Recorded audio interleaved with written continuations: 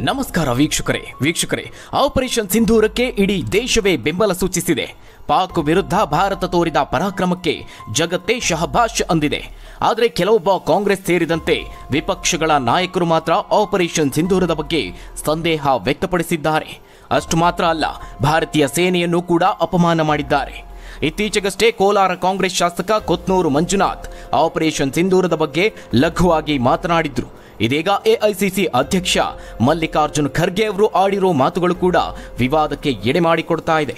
ಹೊಸಪೇಟೆಯಲ್ಲಿ ನಡೆದಂತಹ ರಾಜ್ಯ ಕಾಂಗ್ರೆಸ್ನ 2ನೇ ವರ್ಷದ ಸಾಧನಾ ಸಮಾವೇಶದಲ್ಲಿ ಭಾಗಿಯಾಗಿದ್ದ ಇದೇ ಮಲ್ಲಿಕಾರ್ಜುನ ಖರ್ಗೆ ಅವರು ತಮ್ಮ ಭಾಷಣದಲ್ಲಿ ವಿವಾದದ ಕಿಡಿ ಹೊತ್ತಿಸಿದ್ದಾರೆ.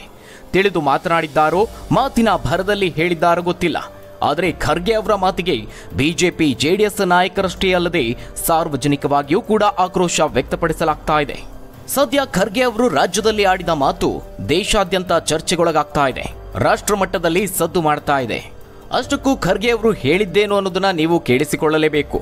ರಾಜ್ಯ ಕಾಂಗ್ರೆಸ್ ಸರ್ಕಾರದ 2ನೇ ವರ್ಷದ ಸಾಧನಾ ಸಮಾವೇಶದಲ್ಲಿ ಖರ್ಗೆ ಅವರು ಕೇಂದ್ರ ಸರ್ಕಾರದ ವಿರುದ್ಧವಾಗಿ ಹರಿಹಾಯ್ದ್ರು. ಈ ವೇಳೆ ಅವರು ನೀಡಿದ್ದ ಹೇಳಿಕೆ ಇದೀಗ ವಿವಾದದ ಕಿಡಿ ಹೊತ್ತಿಸಿದೆ. ಪಹಲ್ಗಾಮ್ ಉಗ್ರರ ದಾಳಿ ಹಾಗೂ ಪಹಲ್ಗಾಮ್ ಘಟನೆಯನ್ನ ಪ್ರಸ್ತಾಪಿಸಿದಂತಹ ಖರ್ಗೆ ಅವರು ಭಾರತ ಪಾಕಿಸ್ತಾನದ ಮೇಲೆ ಮಾಡಿದಂತಹ ಯುದ್ಧವನ್ನ ಖರ್ಗೆ ಅವರು ಚುಟ್ಪುಟ್ ಯುದ್ಧ ಅಂತ ಕರೆದಿದ್ದಾರೆ. ಅಷ್ಟು ಮಾತ್ರ ಅಲ್ಲ, ವಿರೋಧಿ ರಾಷ್ಟ್ರ ಪಾಕಿಸ್ತಾನ ಅಂತ ಹೇಳುವ ಬದಲಾಗಿ ನಮ್ಮ ಪಾಕಿಸ್ತಾನ ಅಂತ ಹೇಳಿರೋದು ಕೂಡ ವಿವಾದಕ್ಕೆ ಕಾರಣ ಆಗ್ತಾ ಇದೆ. ಮುಂದುವರೆದು ಮಾತನಾಡಿದಂತಹ ಖರ್ಗೆ ಅವರು, ನಾವೇನೀ ಘರ್ಷಣೆಯನ್ನ ಮಾಡ್ತಿದ್ದೇವೆ, ಪಾಕಿಸ್ತಾನದ ಕೆಲಸವಂತೂ ಯಾವಾಗಲೂ ಬರೀ ನಮ್ಮ ದೇಶದ ಮೇಲೆ ಗೂಬೆ ಕೂರಿಸೋದೆ. ಅವರು ಶಕ್ತಿಹೀನರು. ಇಂದು ಚೈನಾದಿಂದ ಸಹಾಯವನ್ನು ತಗೊಂಡು ನಮ್ಮ ಮೇಲೆ ದಾಳಿ ಮಾಡೋ ಯತ್ನ ಮಾಡಿದ್ದಾರೆ ಅಂತ ಗರಂ ಆಗಿದ್ದಾರೆ. ಇನ್ನು ಸ್ನೇಹಿತರೆ, ಪಹಲ್ಗಾಮ್ ದಾಳಿಯ ವಿಚಾರದಲ್ಲೂ ರಾಜಕೀಯ ದೊಡ್ಡ ಮಟ್ಟದಲ್ಲಿ ಸದ್ದು ಮಾಡ್ತಾ ಇದೆ. ಇದೇ ರಾಜ್ಯ ಕಾಂಗ್ರೆಸ್ನ ಸಾಧನಾ ಸಮಾವೇಶವನ್ನ ಖರ್ಗೆ ಅವರು ಕೇಂದ್ರದ ವಿರುದ್ಧ ಮೋದಿ ವಿರುದ್ಧವಾಗಿ ವಾಗ್ದಾಳಿ ಮಾಡೋದಕ್ಕೆ ಬಳಸಿಕೊಂಡ್ರು. ಈ ವೇಳೆ ವೇದಿಕೆಯಿಂದ ಖರ್ಗೆ ಅವರು ಪಹಲ್ಗಾಮ್ನಲ್ಲಿ 26 ಜನರ ಕೊಲೆ ಯಾಕಾಯ್ತು ಅಂತ ಪ್ರಶ್ನೆ ಮಾಡಿದ್ದಾರೆ. ಈ ಬಗ್ಗೆ ಮಾತನಾಡಿದ ಅವರು, ದೇಶದಲ್ಲಿ ಅನೇಕ ಘಟನೆ ನಡೆದಿದೆ. ಮೊನ್ನೆ ಪಹಲ್ಗಾಮ್ನಲ್ಲಿ ದೊಡ್ಡ ಘಟನೆ ನಡೆಯಿತು, 26 ಜನರ ಕೊಲೆ ಆಯಿತು. ಯಾಕಾಯ್ತು? ಯಾಕಂದ್ರೆ ಮೋದಿ ಸರ್ಕಾರ ಅಲ್ಲಿ ಸೆಕ್ಯೂರಿಟಿಯನ್ನೇ ಕೊಟ್ಟಿರಲಿಲ್ಲ. ಟೂರಿಸ್ಟ್ಗಳಿಗೆ ಅಲ್ಲಿ ಯಾವುದೇ ಸೆಕ್ಯೂರಿಟಿ ಇರಲಿಲ್ಲ. ಅದಕ್ಕಾಗಿ 26 ಜನರ ಕೊಲೆ ಆಯಿತು. ಆದರೂ ಮೋದಿ ಅವರು ಅದರ ಬಗ್ಗೆ ಮಾತನಾಡಿಲ್ಲ ಅಂತ ಖರ್ಗೆ ಹರಿಹಾಯ್ದಿದ್ದಾರೆ. ಕಾಶ್ಮೀರಕ್ಕೆ 17ನೇ ತಾರೀಕು ಹೋಗಬೇಡಿ ಅಂತ ಗುಪ್ತಚರ ಇಲಾಖೆ ಮೋದಿ ಅವರಿಗೆ ಹೇಳಿದ್ರು. ಇದು ನಿಮಗೆ ಗೊತ್ತಿದ್ದಾಗ ಈ ವಿಚಾರ ಯಾಕೆ ಟೂರಿಸ್ಟ್ಗಳಿಗೆ ಹೇಳಲಿಲ್ಲ? ಈ ವಿಚಾರವನ್ನ ಪೊಲೀಸರ ಮೂಲಕ ಜನರಿಗೆ ಹೇಳಲಿಲ್ಲ ಯಾಕೆ ಅಂತ ಖರ್ಗೆ ಪ್ರಶ್ನೆ ಮಾಡಿದ್ರು. ಮೊದಲೇ ಆ ವಿಚಾರ ಹೇಳಿದ್ರೆ 26 ಪ್ರಾಣಗಳನ್ನ ಉಳಿಸಬಹುದಾಗಿತ್ತು ಅಂತ ಖರ್ಗೆ ವಿಷಾದಿಸಿದ್ರು. ಒಂದು ಕಡೆ ಖರ್ಗೆ ಅವರು ಈ ರೀತಿಯಾಗೆಲ್ಲ ಹೇಳಿದ್ರೆ, ಮತ್ತೊಂದು ಕಡೆ ರಾಹುಲ್ ಗಾಂಧಿ ಅವರು ಭಾರತ ಎಷ್ಟು ಯುದ್ಧ ವಿಮಾನವನ್ನ ಕಳೆದುಕೊಂಡಿದೆ ಅಂತ ಪ್ರಶ್ನೆ ಮಾಡಿ ವಿವಾದಕ್ಕೆ ಕಾರಣವಾಗಿದ್ದಾರೆ.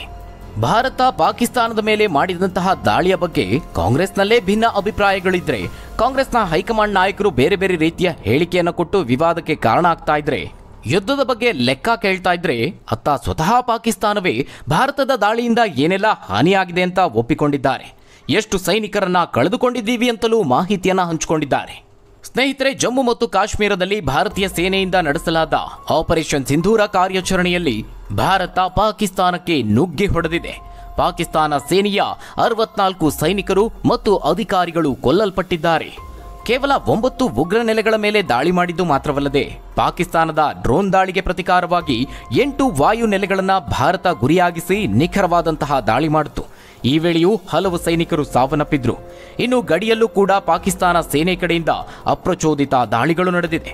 ಹೀಗಾಗಿ ಭಾರತದ ದಾಳಿಯಿಂದಾಗಿ ಗಡಿಯಲ್ಲೂ ಸಹ ಪಾಕಿಸ್ತಾನ ಸೇನೆಯು ತನ್ನ ಸೈನಿಕರನ್ನ ಕಳೆದುಕೊಂಡಿದೆ. ಹೀಗೆ ಒಟ್ಟಾರೆಯಾಗಿ ಅಧಿಕಾರಿಗಳು ಸೈನಿಕರು ಸೇರಿ ಒಟ್ಟು 64 ಮಂದಿ ಸಾವನ್ನಪ್ಪಿರುವ ಬಗ್ಗೆ ವರದಿಯಾಗಿದೆ. ಭಾರತದ ಈ ಒಂದು ಪ್ರತಿಕಾರ ಕಾರ್ಯಾಚರಣೆ ಗಡಿಯಾಚೆಗಿನ ಭಯೋತ್ಪಾದನೆಯ ವಿರುದ್ಧ ಭಾರತದ ದೃಢ ಕ್ರಮವನ್ನ ತೋರಿಸುತ್ತೆ. ಗಡಿಯುದ್ದಕ್ಕೂ ಒಳನುಗ್ಗುವಿಕೆಯ ಪ್ರಯತ್ನಗಳನ್ನು ತಡೆಗಟ್ಟಲು ಭಾರತೀಯ ಸೇನೆ ತೀವ್ರವಾದಂತಹ ಕಾರ್ಯಾಚರಣೆಯನ್ನು ನಡೆಸಿತು. ಇದರಲ್ಲಿ ಗಮನಾರ್ಹ ಯಶಸ್ಸನ್ನ ಸಾಧಿಸಲಾಗಿದೆ. ಈ ಕಾರ್ಯಾಚರಣೆಯ ಯಶಸ್ಸು ಭಾರತೀಯ ಸೇನೆಯ ಶಕ್ತಿ ಮತ್ತು ದಕ್ಷತೆಯನ್ನ ಒತ್ತಿ ಹೇಳುತ್ತೆ. ಆಪರೇಷನ್ ಸಿಂಧೂರ ಕಾರ್ಯಾಚರಣೆ ಸಮಯದಲ್ಲಿ ಭಾರತೀಯ ಸೇನೆಯು ಪಾಕಿಸ್ತಾನಕ್ಕೆ ಬಲವಾದಂತಹ ಪೆಟ್ಟನ್ನು ಕೊಟ್ಟಿದೆ. ಭೂಸೇನೆಯ ಜೊತೆಗೆ ವಾಯುಪಡೆಯೂ ಸಹ ಅತ್ಯಧಿಕ ಹಾನಿ ಉಂಟು ಮಾಡಿದೆ. ಇದಕ್ಕೆ ಪ್ರತಿಯಾಗಿ ಪಾಕಿಸ್ತಾನ ನಡೆಸಿದ ದಾಳಿಯನ್ನ ವಾಯು ರಕ್ಷಣಾ ವ್ಯವಸ್ಥೆಯು ಅತ್ಯಂತ ಯಶಸ್ವಿಯಾಗಿ ತಡೆದಿದೆ. ಇನ್ನು ಕದನ ವಿರಾಮದ ಬೆನ್ನಲ್ಲೇ ಭಾರತೀಯ ಸೇನೆ ಶತ್ರು ಸೈನ್ಯಕ್ಕೆ ಮತ್ತೊಮ್ಮೆ ಎಚ್ಚರಿಕೆಯನ್ನು ಕೊಟ್ಟಿದೆ. ಇಡೀ ಪಾಕಿಸ್ತಾನ ನಮ್ಮ ರೇಂಜ್ನಲ್ಲೇ ಇದೆ, ನೆರೆ ರಾಷ್ಟ್ರಕ್ಕೆ ಗುನ್ನ ಇಡೋದು ಹೇಗೆ ಅಂತ ಗೊತ್ತು ಅಂತ ಲೆಫ್ಟಿನೆಂಟ್ ಜನರಲ್ ಡಿ ಖುನಾ ಅವರು ಹೇಳಿದ್ದಾರೆ. ಹೌದು, ಆಪರೇಷನ್ ಸಿಂಧೂರ ಸೇನಾ ಕಾರ್ಯಾಚರಣೆ ಹಿನ್ನೆಲೆಯಲ್ಲಿ ಭಾರತವು ಪಾಕಿಸ್ತಾನದ ಯಾವುದೇ ಭಾಗವನ್ನ ಗುರಿಯಾಗಿಸುವ ಸಾಮರ್ಥ್ಯವನ್ನ ಹೊಂದಿದೆ ಅಂತ ಭಾರತದ ವಾಯು ರಕ್ಷಣಾ ವ್ಯವಸ್ಥೆಯ ವಿಭಾಗದ ಮಹಾನಿರ್ದೇಶಕರಾದ ಲೆಫ್ಟಿನೆಂಟ್ ಜನರಲ್ ಸುಮಾರ್ ಇವಾನ್ ಡಿ ಖುನಾ ಅವರು ಹೇಳಿದ್ದಾರೆ. ಅಷ್ಟು ಮಾತ್ರ ಅಲ್ಲ, ಭಾರತ ಅನುಸರಿಸಿದ ಶಿಶುಪಾಲ ಸಿದ್ಧಾಂತದ ಬಗ್ಗೆಯೂ ಅವರು ಮಾತನಾಡಿದ್ದಾರೆ. ಇನ್ನು ಭಾರತದ ದಾಳಿಯಿಂದ ತತ್ತರಿಸಿ ಹೋಗಿರುವ ಪಾಕಿಸ್ತಾನ ತನ್ನ ಸೇನೆಯ ಪ್ರಧಾನ ಕಚೇರಿಯನ್ನ ರಾವಲ್ಪಿಂಡಿಯಿಂದ ಖೈಬರ್ ಪಖ್ತೂನ್ಖ್ವಾಕ್ಕೆ ಸ್ಥಳಾಂತರಿಸುವ ಬಗ್ಗೆ ಒಂದಷ್ಟು ವರದಿಗಳಾಗ್ತಾ ಇದೆ. ಈ ಬಗ್ಗೆ ಪ್ರತಿಕ್ರಿಯಿಸಿರುವಂತಹ ಭಾರತೀಯ ಸೇನೆಯ ಡಿ ಖುನಾ ಅವರು ಪೂರ್ತಿ ಪಾಕಿಸ್ತಾನ ನಮ್ಮ ಕೈಯಳತೆಯ ದೂರದಲ್ಲೇ ಇದೆ ಅಂತ ಪಾಕಿಸ್ತಾನಕ್ಕೆ ಎಚ್ಚರಿಕೆಯನ್ನ ಕೊಟ್ಟಿದ್ದಾರೆ. ಪಾಕಿಸ್ತಾನದ ಕೆಲವು ಮಿಲಿಟರಿ ನೆಲೆಗಳು ಮಾತ್ರವಲ್ಲದೆ ಇಡೀ ಪಾಕಿಸ್ತಾನ ನಮ್ಮ ವ್ಯಾಪ್ತಿಯಲ್ಲೇ ಇದೆ. ಪಾಕಿಸ್ತಾನವನ್ನ ಸಂಪೂರ್ಣವಾಗಿ ಎದುರಿಸುವುದಕ್ಕೆ ನಮ್ಮ ಬಳಿ ಶಸ್ತ್ರಾಸ್ತ್ರಗಳಿವೆ. ಇಡೀ ಪಾಕಿಸ್ತಾನ ನಮ್ಮ ಕೈಗೆಟುಕುವಂತಹ ದೂರದಲ್ಲೇ ಇದೆ. ಅವರು ತಮ್ಮ ಸೇನಾ ಪ್ರಧಾನ ಕಚೇರಿಯನ್ನ ರಾವಲ್ಪಿಂಡಿಯ ಬದಲು ಖೈಬರ್ ಪಖ್ತೂನ್ಖ್ವಾದಂತಹ ಸ್ಥಳಗಳಿಗೆ ಸ್ಥಳಾಂತರಿಸಬಹುದು. ಆದರೆ ಇದು ಕೂಡ ನಮ್ಮ ಕೈಯಳತೆಗಿಂತ ದೂರದಲ್ಲೇನೂ ಇಲ್ಲ. ಹೀಗಾಗಿ ಪಾಕಿಸ್ತಾನಕ್ಕೆ ಬೇರೆ ಯಾವುದೇ ಮಾರ್ಗ ಇಲ್ಲ, ಆಳವಾದ ಗುಂಡಿಯನ್ನ ಹುಡುಕಬೇಕಾಗಿದೆ ಅಂತ ಡಿ ಖುನಾ ಅವರು ಪ್ರತಿಕ್ರಿಯಿಸಿದ್ದಾರೆ. ನಮ್ಮ ಸಾರ್ವಭೌಮತ್ವ ಮತ್ತು ನಮ್ಮ ಜನರನ್ನ ರಕ್ಷಿಸುವುದು ನಮ್ಮ ಕೆಲಸ. ಆದ್ದರಿಂದ ಈ ಕಾರ್ಯಾಚರಣೆಯ ಮೂಲಕ ನಮ್ಮ ತಾಯ್ನಾಡನ್ನ ರಕ್ಷಿಸಲು ನಾವು ಯಶಸ್ವಿಯಾಗಿದ್ದೇವೆ ಅಂತ ನಾನು ಭಾವಿಸುತ್ತೇನೆ. ಆ ಸಮಯದಲ್ಲಿ ಪಾಕಿಸ್ತಾನದ ನೆಲದಿಂದಲೇ ಈ ಡ್ರೋನ್ ದಾಳಿಗಳು ನಡೆಯುತ್ತಿದ್ದವು. ನಮ್ಮ ನೆಲೆಗಳಲ್ಲಿ ಅನೇಕ ಸೈನಿಕರು, ಅಧಿಕಾರಿಗಳು ಮತ್ತು ಅವರ ಕುಟುಂಬಗಳು ವಾಸ ಮಾಡ್ತಿದ್ವು. ಈ ಡ್ರೋನ್ ದಾಳಿಯ ಬಗ್ಗೆ ಅವರು ಅಷ್ಟೇ ಚಿಂತಿತರಾಗಿದ್ರು. ಆದಾಗ್ಯೂ ಕೂಡ ಈ ದಾಳಿಯಲ್ಲಿ ಯಾವುದೇ ಪ್ರಾಣಹಾನಿ ಅಥವಾ ಆಸ್ತಿಪಾಸ್ತಿ ನಷ್ಟವಾಗದಂತೆ ನಮ್ಮ ಸೇನೆಯು ನೋಡಿಕೊಂಡಿದೆ. ಕೊನೆಯಲ್ಲಿ ನಾವು ಕಾರ್ಯಾಚರಣೆಯಲ್ಲಿ ಯಶಸ್ವಿಯಾಗಿದ್ದೇವೆ. ಇದು ಸೇನೆಯ ನೈತಿಕ ಸ್ಥೈರ್ಯವನ್ನ ಹೆಚ್ಚಿಸಿದ್ದಲ್ಲದೆ ನಮ್ಮ ಜನರನ್ನ ಹೆಮ್ಮೆ ಪಡುವಂತೆ ಮಾಡಿತು ಅಂತ ಲೆಫ್ಟಿನೆಂಟ್ ಜನರಲ್ ಅಭಿಪ್ರಾಯಪಟ್ಟಿದ್ದಾರೆ. ಇನ್ನು ಆಪರೇಷನ್ ಸಿಂಧೂರ ಭಾರತದ ಶಿಶುಪಾಲ ಸಿದ್ಧಾಂತವನ್ನ ಪ್ರತಿಬಿಂಬಿಸುತ್ತೆ ಅಂತಲೂ ಹೇಳಿದ್ದಾರೆ. ಒಂದು ನಿರ್ದಿಷ್ಟ ಮಿತಿಯವರೆಗೆ ತಾಳ್ಮೆಯಿಂದಿದ್ದು ನಂತರ ನಿರ್ಣಾಯಕ ಕ್ರಮ ತೆಗೆದುಕೊಳ್ಳುವುದನ್ನ ಇದು ಒಳಗೊಂಡಿರುತ್ತದೆ. ಹೀಗಾಗಿ ಭಾರತ ಶಿಶುಪಾಲ ಸಿದ್ಧಾಂತವನ್ನ ಯುದ್ಧದಲ್ಲಿ ಅನುಸರಿಸಿದೆ ಅಂತ ಹೇಳಿದ್ದಾರೆ. ಒಂದು ಕಡೆ ಭಾರತದ ಸಾಧನೆಯಾದರೆ ಮತ್ತೊಂದು ಕಡೆ ಪಾಕಿಸ್ತಾನ ತೀವ್ರ ಮುಖಭಂಗವನ್ನ ಅನುಭವಿಸಿದೆ. ಆದರೆ ಸೋತು ಸುಣ್ಣವಾದರೂ ಕೂಡ ಪಾಕಿಸ್ತಾನದಲ್ಲಿ ಭಾರೀ ಅಚ್ಚರಿಯ ಬೆಳವಣಿಗೆ ಆಗಿದೆ. ಸಾಮಾನ್ಯವಾಗಿ ಎಲ್ಲ ದೇಶಗಳು ತಮ್ಮ ಸೇನಾ ನಾಯಕರಿಗೆ ಗೆದ್ದ ಸೇನಾ ಕಾರ್ಯಾಚರಣೆ ಅಥವಾ ಯುದ್ಧದಲ್ಲಿ ತೋರಿದ ಶೌರ್ಯಕ್ಕಾಗಿ ಸರ್ಕಾರದಿಂದ ಪದಕಗಳನ್ನು ಪಡಿತಾರೆ. ಅದನ್ನ ಸೇನಾ ನಾಯಕರು ಹೆಮ್ಮೆಯಿಂದ ತಮ್ಮ ಎದೆಯ ಮೇಲೆ ಹಾಕಿಕೊಳ್ಳೋದು ವಾಡಿಕೆ. ಆದರೆ ಪಾಕಿಸ್ತಾನದಲ್ಲಿ ಮಾತ್ರ ಎಷ್ಟು ಕಾರ್ಯಾಚರಣೆ ಯುದ್ಧವನ್ನ ಸೋತ ಆಧಾರದಲ್ಲಿ ಪದಕವನ್ನ ನೀಡ್ತಾರೆ ಅನ್ನೋದು ಈಗ ಸ್ಪಷ್ಟವಾದಂತಿದೆ. ಹಾಗಾಗಿ ಪಾಕಿಸ್ತಾನದಲ್ಲಿ ಅಲ್ಲಿನ ಸರ್ಕಾರಕ್ಕೂ ಅಲ್ಲಿನ ಸೇನೆಗೂ ಯಾವುದೇ ಮರ್ಯಾದೆ ಕೂಡ ಇಲ್ಲ. ಆಪರೇಷನ್ ಸಿಂಧೂರದ ಸಮಯದಲ್ಲಿ ಭಾರತೀಯ ಸೇನೆ ಪಾಕಿಸ್ತಾನದ ಅಂಚು ಅಂಚಿಗೂ ತನ್ನ ಮಿಸೈಲ್, ಡ್ರೋನ್ ಮೂಲಕ ದಾಳಿ ಮಾಡಿತ್ತು. ಆದರೆ ಇದಕ್ಕೆ ಬರೀ ಸುಳ್ಳಿನಿಂದಲೇ ಪ್ರಚಾರವನ್ನ ಪಡೆದುಕೊಂಡಿದ್ದ ಪಾಕ್ ಈಗ ಮತ್ತೊಂದು ಹೀನ ಸ್ಥಿತಿಗೆ ಇಳಿದಿದೆ. ಪಾಕಿಸ್ತಾನದ ಸಿಡಿಎಸ್ ಅಥವಾ ಚೀಫ್ ಆಫ್ ಆರ್ಮಿ ಸ್ಟಾಫ್ ಆಗಿದ್ದ ಅಸೀಂ ಮುನೀರ್ನನ್ನ ಈಗ ಫೀಲ್ಡ್ ಮಾರ್ಷಲ್ ಆಗಿ ಬಡ್ತಿ ನೀಡಲಾಗಿದೆ. ಬಹುಶಃ ಒಂದೇ ಒಂದು ಯುದ್ಧವನ್ನ ಗೆಲ್ಲದೆ, ಸೇನಾ ಕಾರ್ಯಾಚರಣೆಯನ್ನು ಸರಿಯಾಗಿ ಮಾಡದೆ ಫೀಲ್ಡ್ ಮಾರ್ಷಲ್ ಹುದ್ದೆಗೇರಿದ ಪಾಕಿಸ್ತಾನದ ಮೊದಲ ವ್ಯಕ್ತಿ ಇವರಾಗಿದ್ದಾರೆ ಎನ್ನಬಹುದು.